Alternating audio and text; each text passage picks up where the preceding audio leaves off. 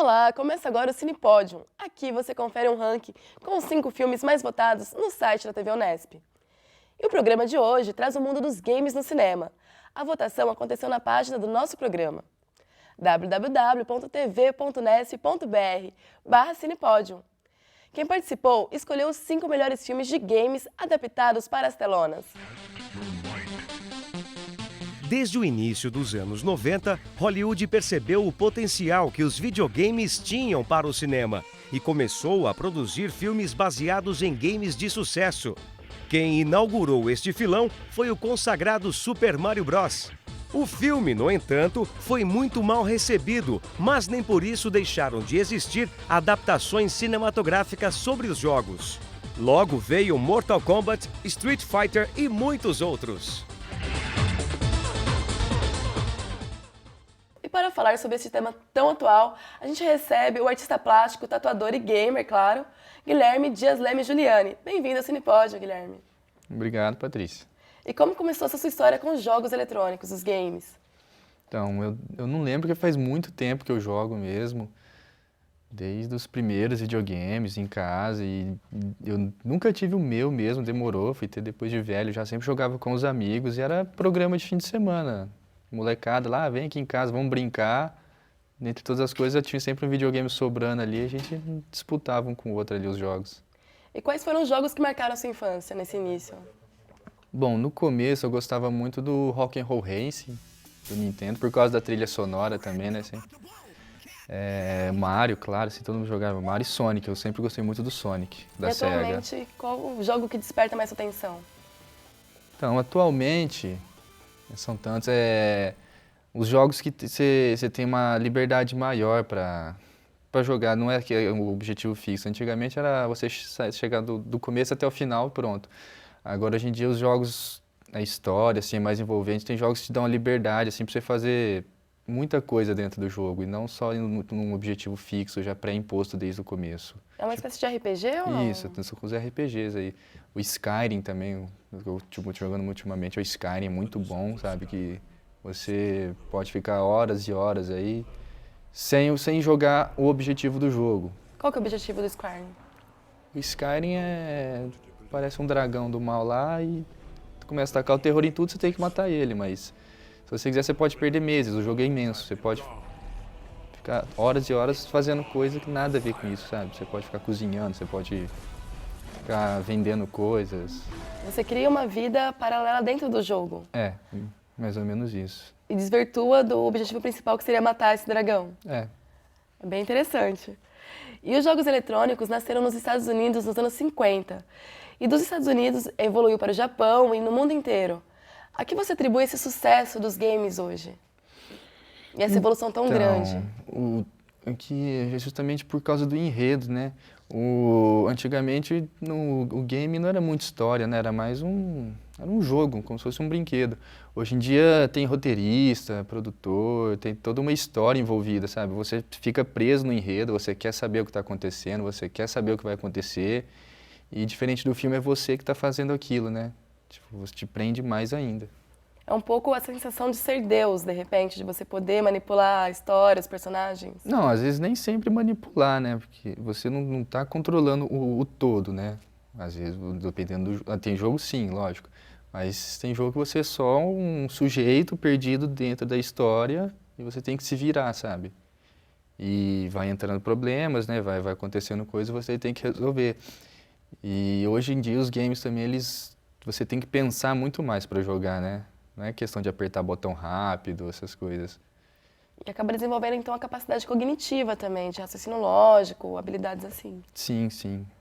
Muitos jogos hoje em dia, né, tipo, famosos como o God of War aí, que o povo acha bem violento. Tem os puzzles, né, que eles falam que dentro do jogo são os quebra-cabeças que você tem que resolver. E eu já passei bastante raiva resolvendo essas coisas. O God of War é uma premissa da mitologia grega? Sim.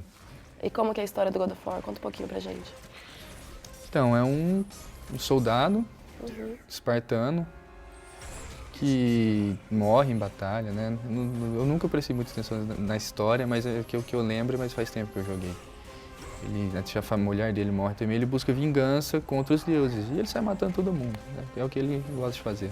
E falando um pouco dessa história de violência nos games, já puxando esse gancho do God of War, existe um outro game muito famoso que é de tiro, que é o Call of Duty, que é muito polêmico pelo excesso de violência.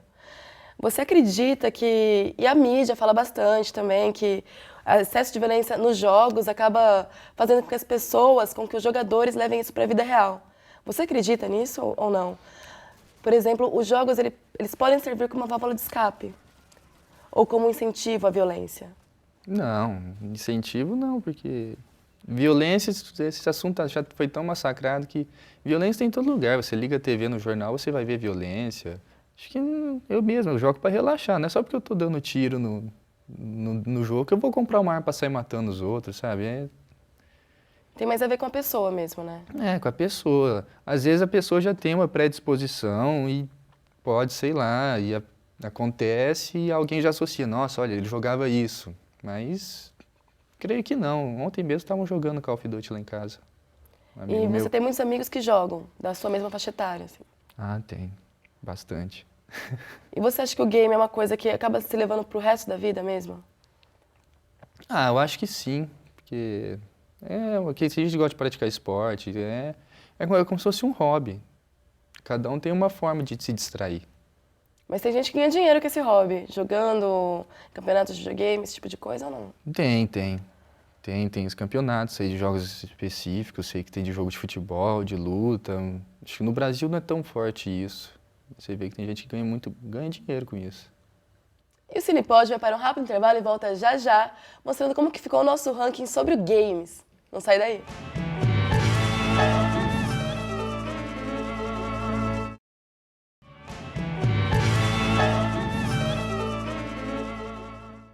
Estamos de volta com o Cinepódio, hoje trazendo o fantástico mundo dos games no cinema. Colocamos algumas opções de filmes para vocês votarem no nosso site. Vamos conferir quem ficou em quinto lugar nesta votação? Nossa quinta posição ficou com Silent Hill. Silent Hill começa com Rose perseguindo desesperadamente sua filha Sharon, que aparentemente sofre de sonambulismo, correndo pela mata nas proximidades da casa onde mora. Nesse aparente pesadelo, Rose consegue alcançar a filha na borda de um despenhadeiro, onde tem a primeira visão da Silent Hill degradada pela escuridão. Nos braços da mãe, Sharon grita de forma desconexa as palavras casa e Silent Hill. Rose descobre cada vez mais coisas sobre si mesma, sobre a cidade e sobre sua filha. O som de uma sirene recorrente é tocado durante o filme. Quando soa, as trevas aparecem e então todos os monstros de lá começam a ter vida. E o Silent Hill é um filme bem sinistro, né? Porque segue a estética dos jogos. Guilherme, o que você acha do Silent Hill? Eu não gosto muito dessa linha de horror de jogos, eu sempre assisti os outros jogarem, porque eu ficava meio tenso jogando. O filme, eu assisti os 2 filmes do Silent Hill, achei legal, apesar de não conhecer muito a história do jogo, mas pelo que eu conheço, assim, condiz bastante, porque todas as vezes que eu vi o jogo, alguém jogando, é bem intenso, assim, você assusta, tem hora com o jogo. Então o filme ele conseguiu atingir esse objetivo do jogo também, de assustar as pessoas. Acho que o filme não deixa tão tenso que nem o jogo. O jogo é pior que o filme, então. Porque você tá dentro da história, né? Você não é um espectador do lado de fora. Então, sim, para te chocar, para te pegar de surpresa, o jogo consegue bem mais. É porque você vivencia, né? Como você disse. Isso. E Guilherme, as atuais equipes de produção dos jogos eletrônicos se parecem muito com equipes de produção de cinema. Você acha que essa grandeza da produção, principalmente nos games mais modernos, nos live action, de RPG, esse tipo de coisa, facilita a adaptação desse tipo de jogo para o cinema? O jogo hoje em dia tem um enredo, uma história muito rica, né, cheia de detalhes. O produtor do filme tem a história, o roteiro praticamente pronto. É só ele pegar e colocar como atores. Muitos mudam e às vezes não tem tanta aceitação do público. Mas, assim, é uma história pronta, é só você transferir para personagens ou animação, não tem erro. Acaba realizando uma facilidade, né, para os produtores de cinema. Sim, acho que muita adaptação aí teria sido até melhor se os próprios roteiristas dos jogos escrevessem o filme. E o que você achou dessa nossa quinta posição com Silent Hill? Por eu não conhecer muito o jogo, não tem como eu fazer uma comparação, mas eu sei que a estética, eu conheço a estética, né? Eu gosto de ver isso, né? Principalmente a parte de artística dos jogos que eu vejo, o filme retratou bem, assim, ficou muito legal. O 2, principalmente, o segundo filme do Silent Hill é bem sinistro, assim. O que tem de especial nesse segundo filme que é diferente do primeiro? Ah, sim, praticamente a ideia é a mesma. Faz tempo que eu assisti, mas tem um personagem específico lá, que é um cara com uma cabeça de pirâmide, assim, gigante, eu não lembro o nome do personagem. E tem também umas enfermeiras muito estranhas, assim, com o rosto tampado e vem com a tesoura pra furar o... Bem assustadores os personagens. É uma apelação meio grotesca, meio sexual. Ela vem de mini saia, assim, toda cheia de curvas, mas com a cara deformada, a tesoura é bem bizarro.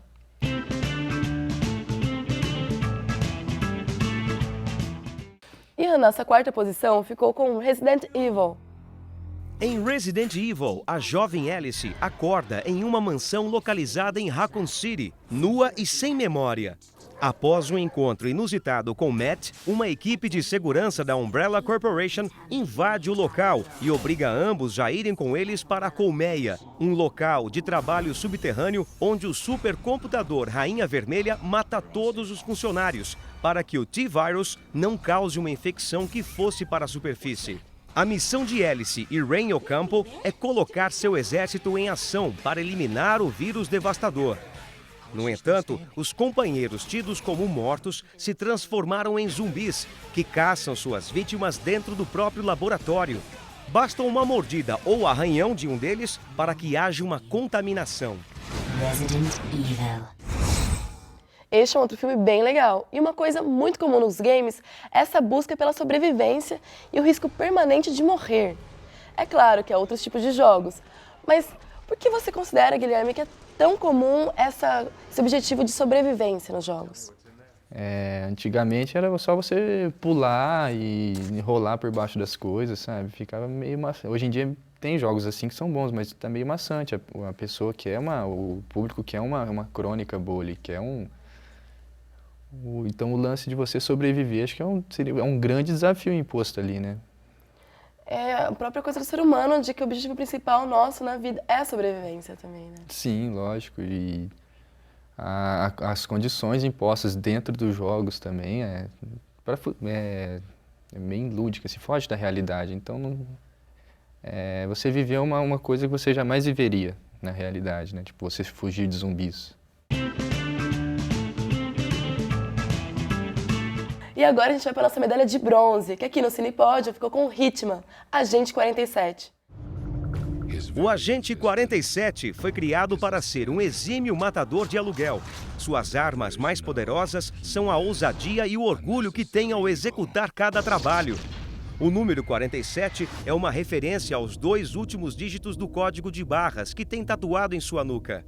Um dia, ele é envolvido em um golpe político, o que faz com que seja perseguido pela Interpol e por militares russos. Enquanto foge pela Europa Oriental, ele tenta descobrir quem organizou este plano contra ele, ao mesmo tempo em que precisa lidar com as lembranças que uma bela garota lhe desperta. O Hitman traz a imagem do matador de aluguel, uma figura recorrente no imaginário do cinema e dos games. Por que ele funciona tão bem nos jogos eletrônicos? Olha, eu comecei a jogar o último Hitman ontem e é bom. É bom, é um jogo difícil, complexo, assim. E o jogo te impõe muito desafio mesmo. Você entrar e sair de lugares sem ser vistos, render pessoas em meio de multidões, assim, com poucos recursos, sabe? É bem complexo e é difícil, sabe? Você tem que pensar muito no que você vai fazer. Qualquer ação que você vai ter dentro do jogo pode chamar a atenção de alguém, sabe? Você se disfarça, dependendo do disfarce que você está usando, se você está de policial, os policiais começam a olhar para você e perguntar quem é você, quanto tempo você está. Você tem que sair, você tem que ser muito furtivo e é legal. E você acredita que a nossa terceira posição, que o filme do Hitman honrou essa imagem do jogo ou não? Sim, eu assisti o filme do Hitman e achei legal, mas ele Ele é muito brigador, é muito porrador, como a gente diria, né, no filme. E eu achei que ele ficou muito parecido com os filmes do Jason Bourne, com a trilogia do Jason Bourne. Não é um filme ruim, mas eu achei que o filme do Hitman podia puxar mais essa parte dele fazer as coisas na surdina, assim. Eu achei muito parecido com os filmes do Jason Bourne. É um bom filme de ação. A gente dá uma paradinha aqui no Cinepódio e volta já já com o nosso segundo lugar e também, claro, o nosso grande campeão. Não sai daí!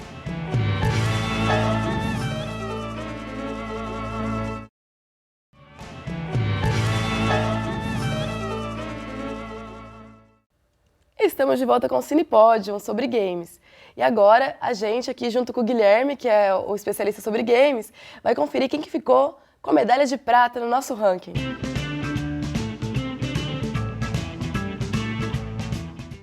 E a medalha de prata ficou com Final Fantasy VII, Advent Children. A Shinra Inc., uma poderosa empresa, está acabando com o planeta devido às suas explorações. O lendário guerreiro da força de elite, Soldier Sephiroth, descobre provir de uma experiência genética e decide acabar com a Terra invocando um meteoro. Porém, Cloud, um ex-soldier, e os seus companheiros impedem o apocalíptico meteoro, sepultando Sephiroth após várias batalhas. Ao invés de ser adaptado para o cinema em live action, Final Fantasy foi feito em animação, usando a estética anime.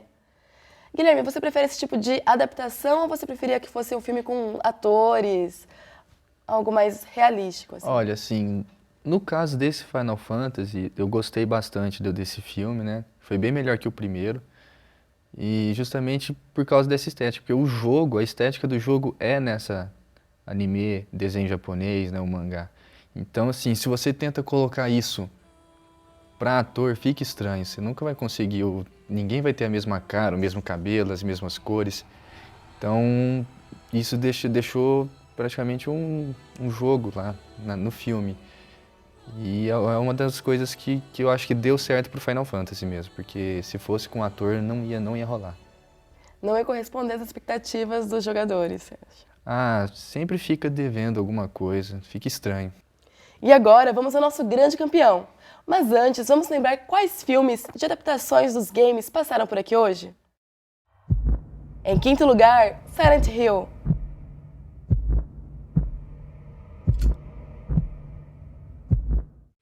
Quarto lugar, o Resident Evil.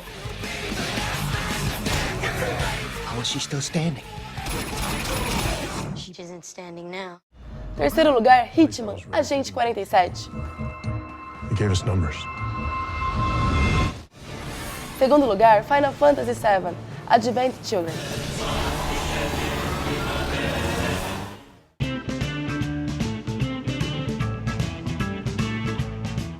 E em primeiro lugar, com nossa medalha de ouro, o nosso grande campeão é Tomb Raider.